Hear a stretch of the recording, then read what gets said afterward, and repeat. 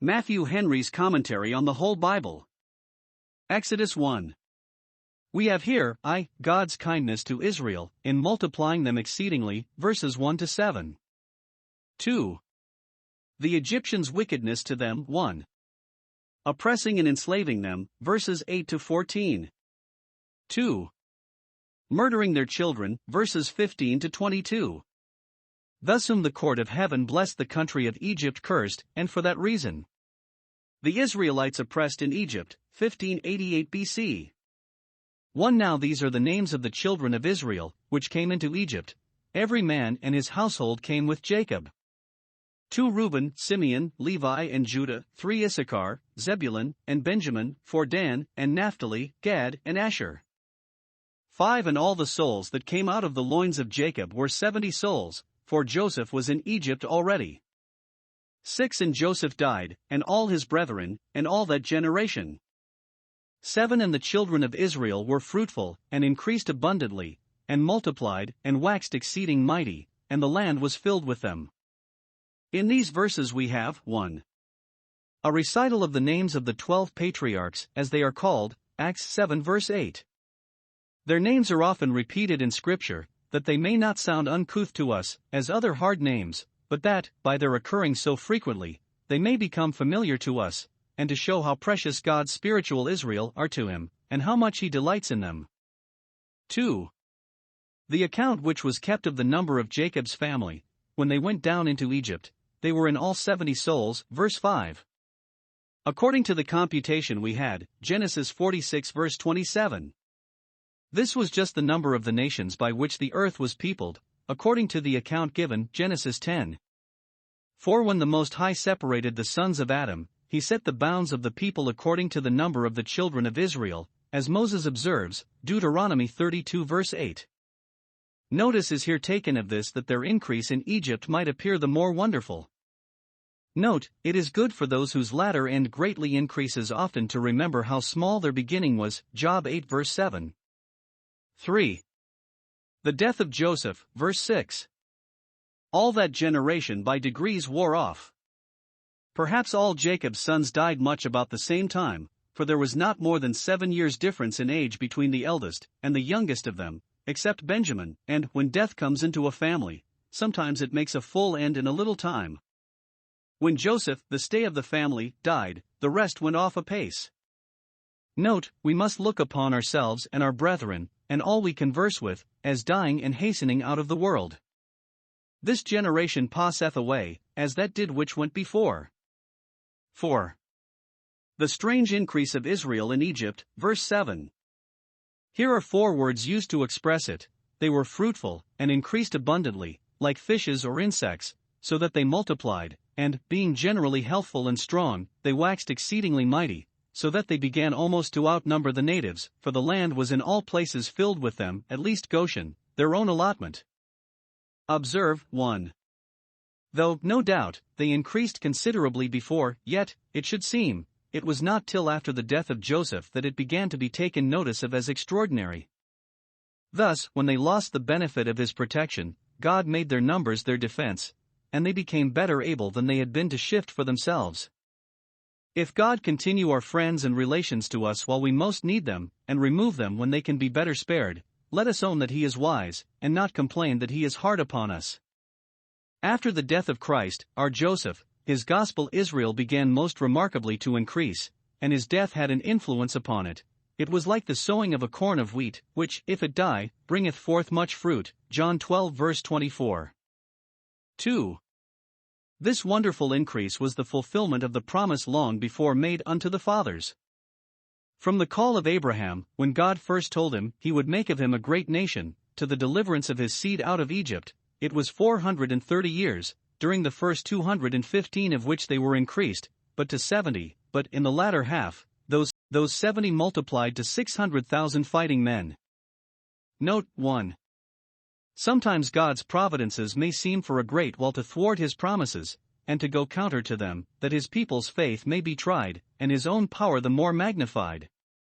2. Though the performance of God's promises is sometimes slow, yet it is always sure, at the end it shall speak, and not lie, Habakkuk 2 verse 3. 8 Now there arose up a new king over Egypt, which knew not Joseph.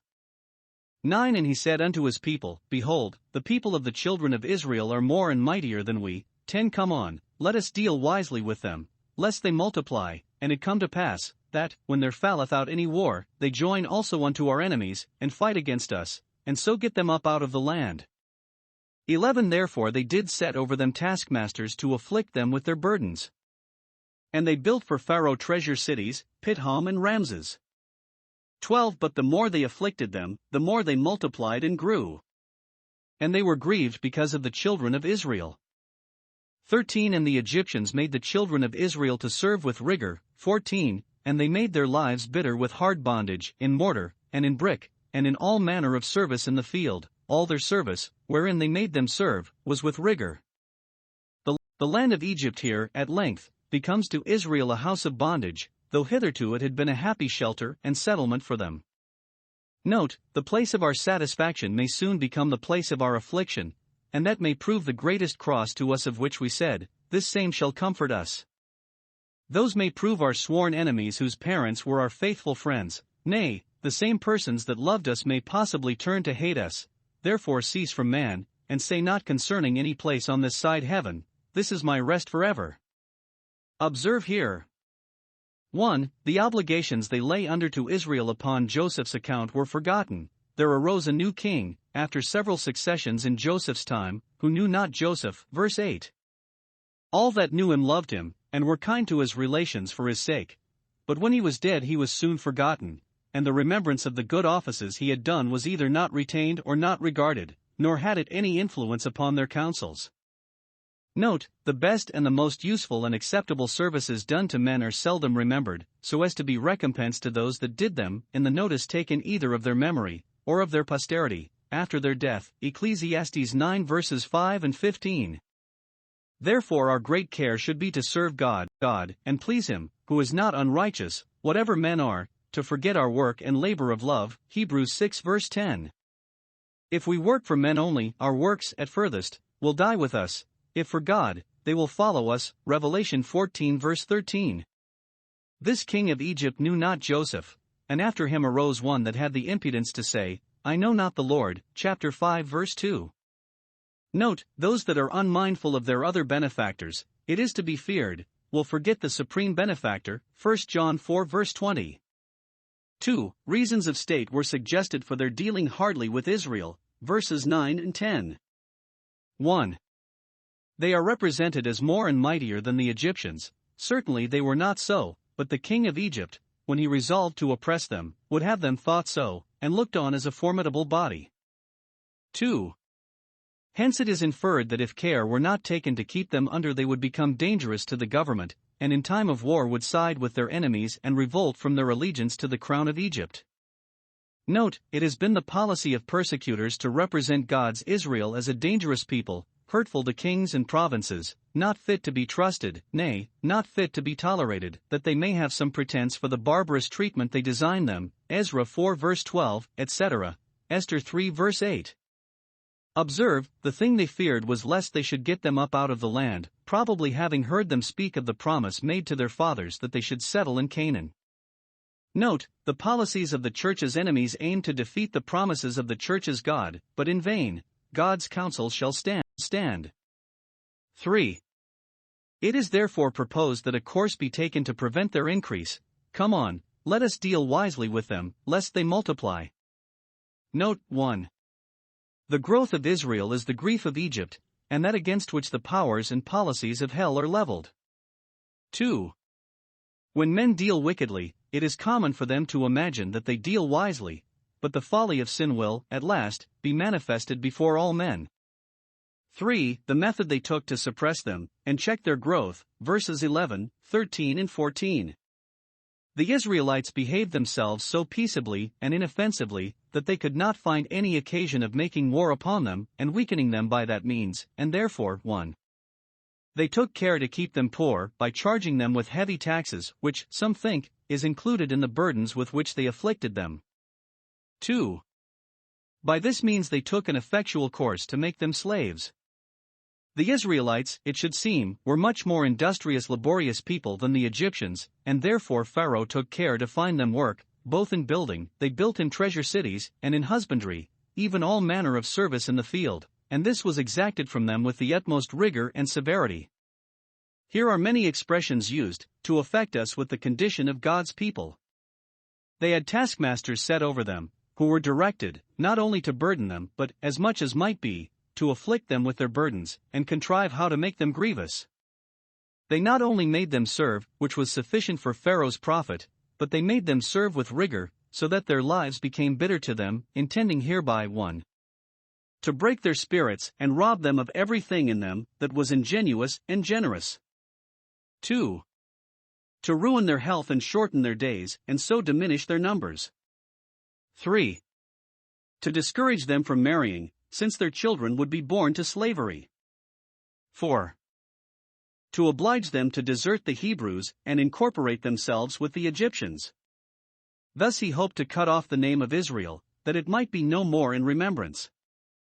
And it is to be feared that the oppression they were under had this bad effect upon them, that it brought over many of them to join with the Egyptians in their idolatrous worship, for we read, Joshua 24 verse 14, that they served other gods in Egypt, and though it is not mentioned here in this history, yet we find, Ezekiel 20 verse 8, that God had threatened to destroy them for it. Even while they were in the land of Egypt, however, they were kept a distinct body, unmingled with the Egyptians, and by their other customs separated from them, which was the Lord's doing, and marvelous. For the wonderful increase of the Israelites, notwithstanding the oppressions they groaned under, verse 12, the more they afflicted them, the more they multiplied, sorely to the grief and vexation of the Egyptians. Note 1. Times of affliction have often been the church's growing times, sub pondera crescit, being pressed, it grows. Christianity spread most when it was persecuted. The blood of the martyrs was the seed of the church. 2.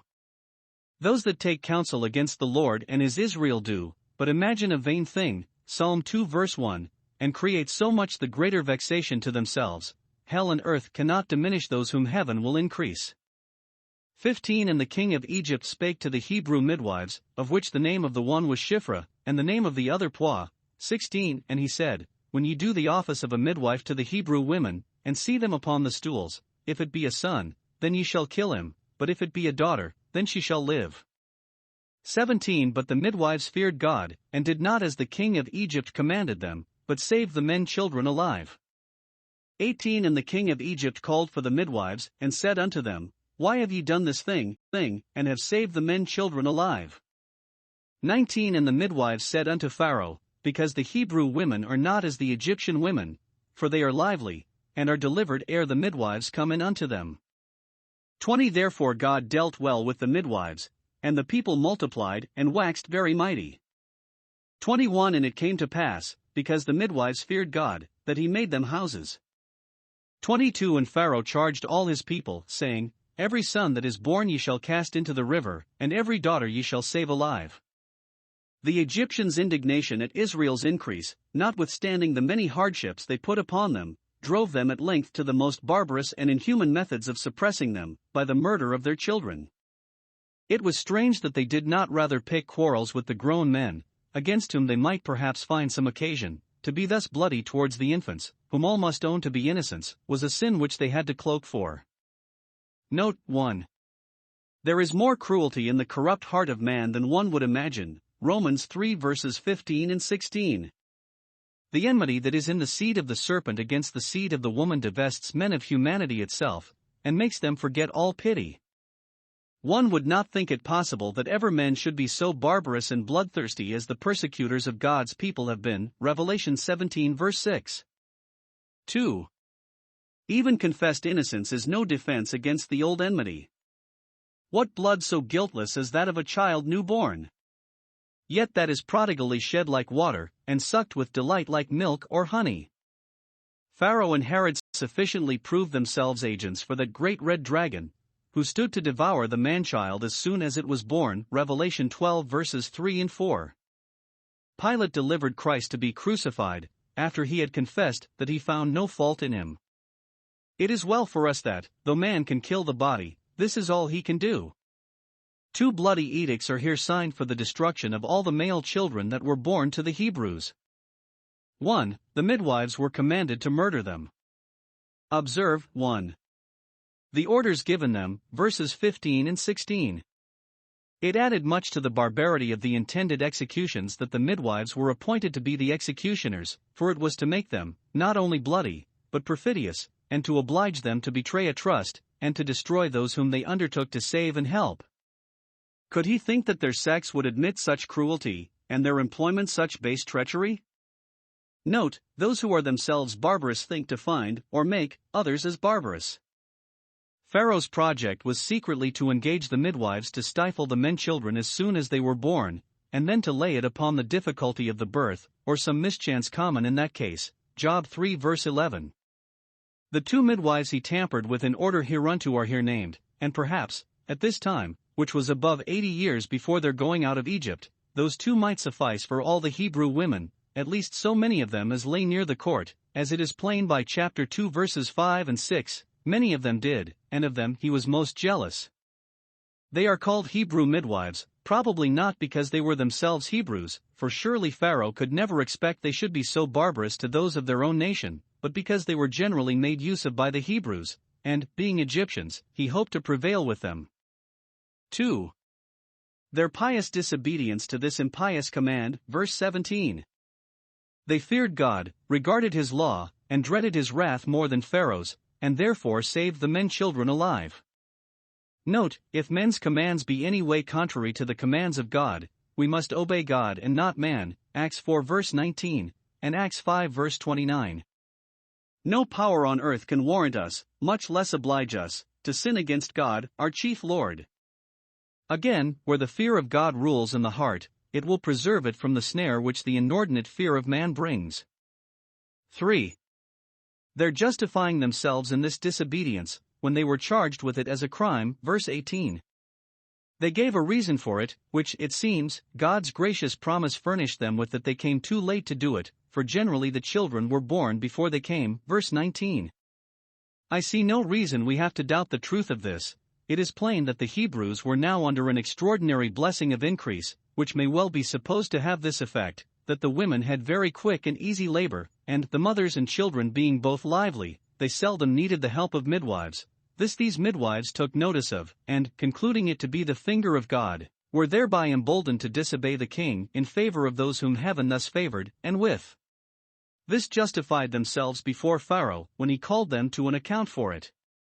Some of the ancient Jews expound it thus: ere the midwife comes to them they pray to their Father in heaven, and he answereth them, and they do bring forth. Note, God is a readier help to his people in distress than any other helpers are, and often anticipates them with the blessings of his goodness. Such deliverances lay them under peculiarly strong obligations. 4. The recompense God gave them for their tenderness towards his people, he dealt well with them, verse 20. Note, God will be behindhand with none for any kindness done to his people, taking it as done to himself. In particular, he made them houses, verse 21, built them up into families, blessed their children, and prospered them in all they did. Note, the services done for God's Israel are often repaid in kind. The midwives kept up the Israelites' houses, and, in recompense for it, God made them houses. Observe, the recompense has relation to the principle upon which they went. Because they feared God, he made them houses. Note, religion and piety are good friends to outward prosperity. The fear of God in a house will help to build it up and establish it. Dr. Lightfoot's notion of it is, that, for their piety, they were married to Israelites, and Hebrew families were built up by them. 2. When this project did not take effect, Pharaoh gave public orders to all his people to drown all the male children of the Hebrews, verse 22. We may suppose it was made highly penal for any to know of the birth of a son to an Israelite, and not to give information to those who were appointed to throw him into the river. Note, the enemies of the church have been restless in their endeavors to wear out the saints of the Most High, Daniel 7 verse 25. But he that sits in heaven shall laugh at them. See Psalm 2 verse 4.